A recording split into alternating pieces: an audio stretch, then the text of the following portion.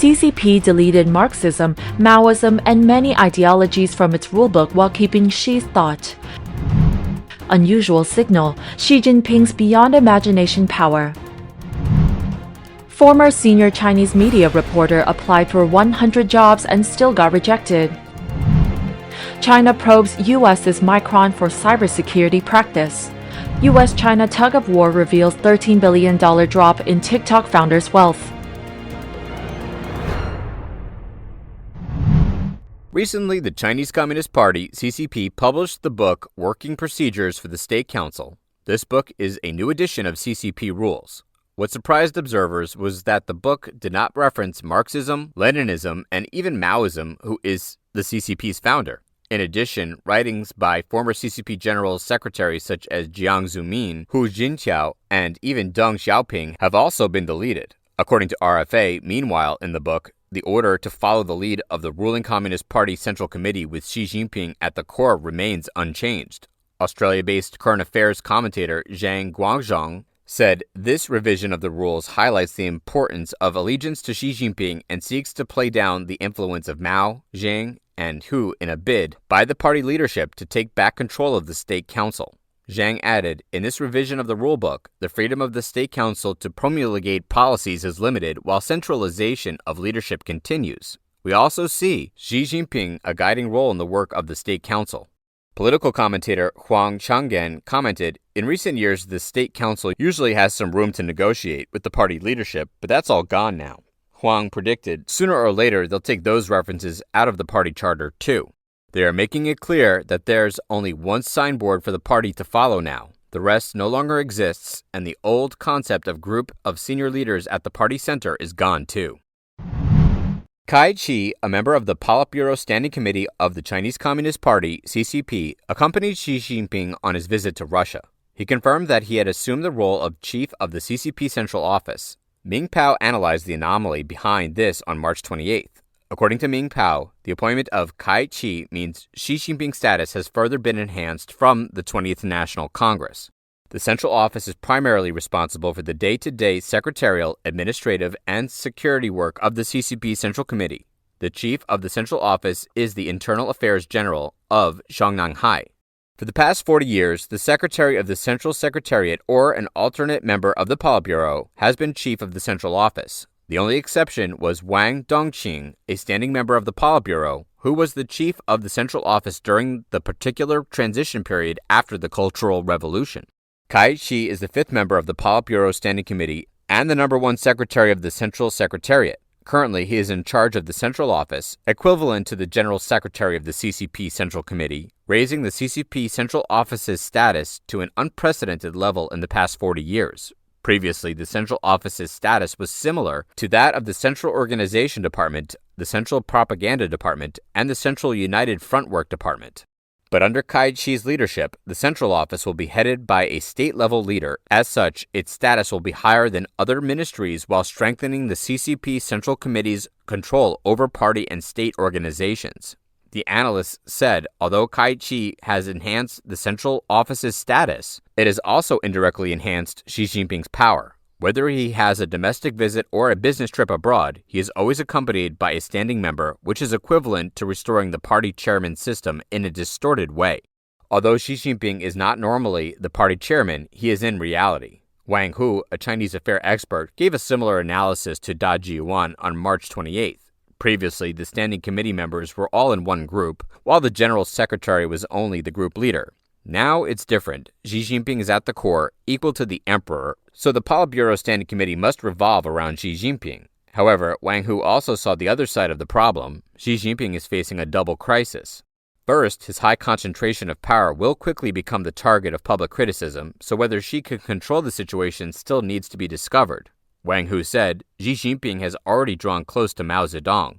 On the surface, it looks very good, but the anti-Xi forces hate him. The situation is really precarious. The second is the crisis of the CCP rule. Wang Hu analyzed that if the CCP's dominance is solid, the leadership change will not affect the party's survival. For example, Deng Xiaoping once replaced Zhao Ziyang and Hu Yaobang, but it did not affect the CCP. However, the situation is different now. Everyone hates the CCP. The white paper movement shows that the people directly want Xi Jinping and the CCP to be taken down. Professor Cao Jianwen, director of the Institute of International Relations at National Chengchi University, also thinks the regime crisis is unavoidable, and Xi's health is one of the big problems. In 5 years, his health risks will increase. Because Xi's power is so concentrated, if there are any sudden health conditions, it will certainly have a great impact on the regime and the party. So, the later it is, the greater the impact of this health factor will be. Recently, a video about a former senior reporter of the Chinese Communist Party, CCP's Southern Weekend Media Agency, who lost his job and couldn't find another for 6 months, went viral on Chinese social media. He claimed to be a PhD student at a Project 985 university. He said he didn't receive a job offer because he was over 35 years old and has to work as a delivery man. In a Gangjing World video on March 29th, the man said, "I have been unemployed for over a half a year and have not found a new job. I've submitted 100 resumes and received only one response that I'm not suitable for the position, even though I have work experience and am well educated. Since I'm over 35 years old, no one really cares." The man also stated he had, in fact, taken off the long gown of Kong Yiji, a poor out-of-date Confucius scholar in the novel Call to Arms of Lu Xun, to serve as a temporary delivery man. But he hasn't had much work recently since it's low season. He majored in Chinese philosophy and studied Taoism. He later applied to be a Taoist priest, but they also don't need people over 35. He was rejected for a position as a trainee for a media company with a salary of $290, 2,000 yuan. The man also showed his degrees and certifications, saying he felt very depressed. In this regard, some netizens lamented, "I watched this guy's video. I feel he is really pathetic. At the age of 38, the last thing he took out was his PhD student's graduation thesis and academic certificates." This is a netizen expressing anger. In conclusion, there are two reasons. The first is the problem with the education based on the party's rule. The second is the population is too large and the competition is too fierce. The point is, the CCP still encourages childbirth. According to China Xiaokang, Lu Guoqian, director of the All-China Federation of Trade Unions, pointed out that China's demographic income is gradually disappearing, population aging is getting worse, and delaying retirement is on the agenda. As a result, it has created disturbances in the job market, causing the waste and disruption of talent, increased workers' anxiety, and caused economic and social problems. Zhao, an internet commentator in Beijing, said many people in Beijing are currently unable to find a job, including university students, PhD students, and postgraduates. The situation is extremely dire. He said, "Foxconn is gradually withdrawing. Domestic private enterprises that were once on the rich list are now fleeing. There is no longer investment confidence. Small and medium-sized business owners are all lying flat. The PhD students in Beijing this year far outstrips the bachelors, all of whom have faced employment problems and cannot find jobs. An era is over." The Chinese government has launched a cybersecurity probe into U.S. chipmaker Micron in the first swipe back at Washington in the semiconductor struggle. In a short statement on March 31st, the Cybersecurity Review Office under the Cyberspace Administration of China, CSC, said the review aims to secure its information infrastructure supply chain and prevent any network security risks that could jeopardize its national security. This is considered the first ever investigation the CAC would conduct on a foreign company. Micron has also become the first U.S. semiconductor company targeted by the Chinese regulator after Washington introduced its chip curbs. According to the South China Morning Post, Micron is considered a primary factor behind the U.S. government's decisions to sanction Chinese businesses. The report cites a case with state-owned Fujian Jinhua Integrated Circuit, which the U.S. said stole Micron technologies and sanctioned it. The company has also been forced to halt production. Micron has already alerted investors of its stakes in operating in China. In its 2021 annual financial report, the company said that the country's backing for local DRAM makers could limit Micron's expansion. The Idaho-based firm said, "In addition, the Chinese government may restrict us from taking part in the China market or may prevent us from competing effectively with domestic companies." Last year, Micron ceased its DRAM design operations in China and shifted some of the 150 Chinese engineers to the U.S. and India. Bloomberg reported that the regulatory review could threaten the 11% of the revenue that America's biggest memory chipmaker generates from China. Senior chip analyst Paula Pankal commented, "While China may only be 10.8% of Micron's direct sales, they sell to so many other companies. If China really wants its crackdown, It could potentially span a broader portfolio. Analysts also told Reuters the majority of the company's products that enter China are acquired by non-Chinese firms for the use in products manufactured in the country.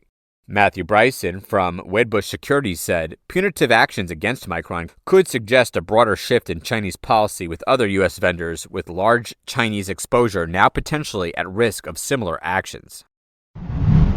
TikTok is caught in this geopolitical tug-of-war between the U.S. and China as the clock ticks toward a U.S. ban and forced sale. The fear is U.S. consumers have started to grow wary of the China data issue, which has impacted the perceived value of TikTok. This is all a game of high-stakes poker, said Dan Ives, an analyst at Wedbush Securities in New York. It is still being determined how real his comments are. It is also uncertain how this geopolitical tug-of-war will end. However, this has gradually shed new light on the fortune of Zhang Yiming, founder of ByteDance Limited, TikTok's Chinese parent. At 39 years old, Zhang is among the world's wealthiest people. In TikTok CEO Zhao Jichu's testimony before Congress last week, it is known that ByteDance's founders own about 20% of the company. Based on the $220 billion value of the company from private trades as disclosed earlier this month, according to Bloomberg Billionaires Index, it could put Zhang's wealth at $42.3 billion. Compared to September, when the biggest company in the world started a stock repurchase valuing it at over $300 billion, this estimate has decreased by nearly $13 billion. Zhang might have become one of Asia's wealthiest persons if investors had been ready to acquire shares at a valuation of about $400 billion 2 years ago, giving him a net worth of more than $60 billion. TikTok has been the center of heated debate about national security issues for years, but it wasn't until last week that it became the zeitgeist.